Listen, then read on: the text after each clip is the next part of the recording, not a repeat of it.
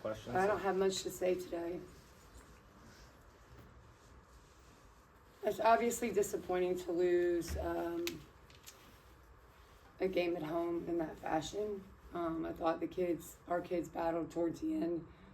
The only thing I want to say is that I think the state of the end of the game is on me.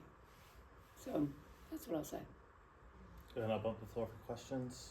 Raise your hand if you have a question. We'll start Garrett Short there in the back. Coach, would you elaborate on what you think is on your shoulders about the game? I mean, I think when you go down the stretch, number one, I felt like I called the timeout. I should have told the ref that I was going to call a timeout. I felt like I called it before the ball was inbounded, but that wasn't the case. I don't think so. Not that that's the reason. I mean, there's other things that went on. Obviously, 66 points in the paint, 24 second chance points. Their big kid had 23 rebounds. That's been plaguing us all year. But I felt like that being said, we had the game won. So I thought that kind of stunk for us. We still should have been able to execute, but then I thought our shot selection down the stretch wasn't great. We were trying to play Camille through cramps. That wasn't, exactly working out well. I think she wanted to play, but I probably could have helped her out there. So I just, I'm going to go back and look at it, but it seemed like especially after that first overtime, the wind just got taken out of our sails. So that to me is making sure that we're prepared for the moment, that we have trust in each other to execute, that we're communicating well on the floor. We got mixed up with a couple of play calls. And so, I mean, to me, that, as a leader, that's on me, right? So that's what I mean. I think from the end of the game where I felt like we had it won through the overtimes where our kids were battling, that there were moments that they should have been able to execute a little better and win the game. And so that's what I mean by that. Jace, go ahead. At the end of the first quarter, the score was 19-9. What do you think went correctly in that first quarter that didn't go as correctly in the other quarter? I feel like we played with intention on defense. I felt like we were picking them up and creating things out of transition with our defense.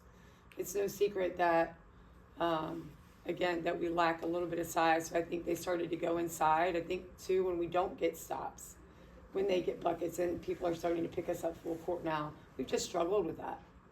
So I felt like in the first quarter they only had 9 points. We were getting stops and being able to get out in transition. So not being able to hold on to that, I thought the second quarter was awful. It was one of the worst quarters that we played all year. And so the momentum shifted a little bit there for us, and we were never really able to grab it back.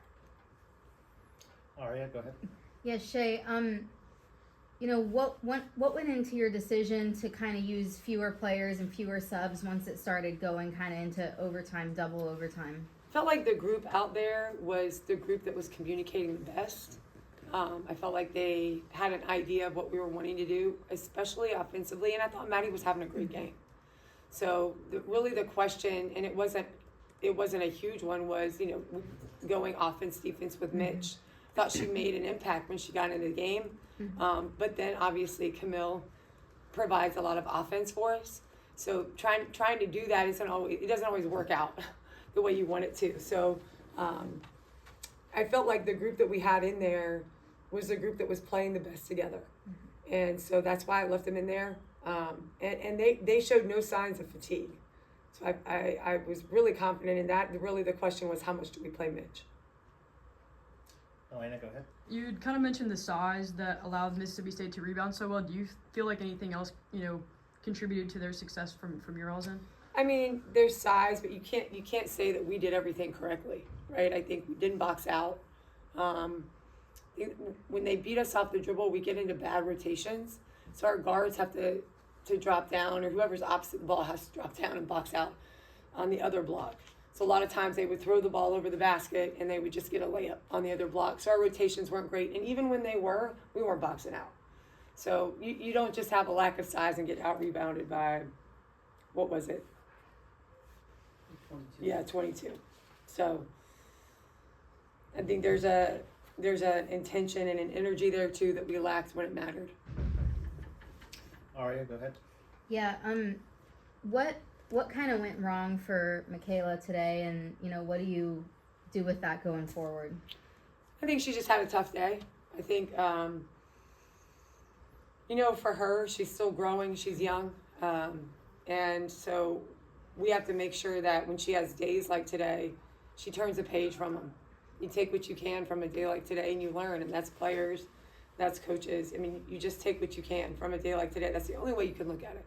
So for her, it's making sure that we turn the page. We learn what we can from today.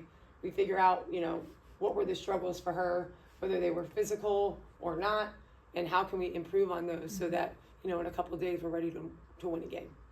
Garrett, go ahead. Coach, not every team has someone that's 6'6" that can do the things inside that they were doing to you guys. Is that Yeah. something that you think about when recruiting comes around and hey, you know, you can't teach that stuff? Yeah. We don't not recruit big players. We've tried. We're going to continue to try, and we'll get the players that belong here and that are supposed to be here. So we recruit the right kids that fit our program, that fit the mold of Vanderbilt, and so we go out and we're really good at it.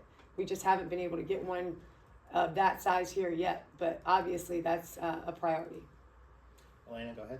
How does a double overtime game just kind of impact, especially the starters, with a quick turnaround you all playing on Sunday? I mean, it can't. You can't look at it as a negative impact. You just have to turn around, get some rest, come in tomorrow, and make sure that we have recovery and get the right nutrition in them, and then prepare for the game on Sunday. Last question, Grace Hall, go ahead.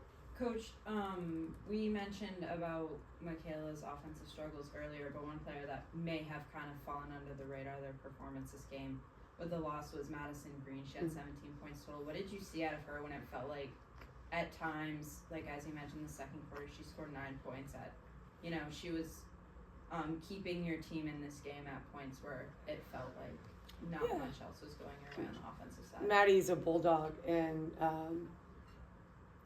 she prepares really well, and I know for her it's important that she can come in and make an impact.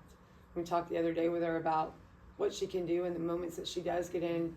She brings a lot of great energy and defensive energy, and I think it lifts our team up, and it provides her opportunities on the offensive end where she doesn't have to work too hard.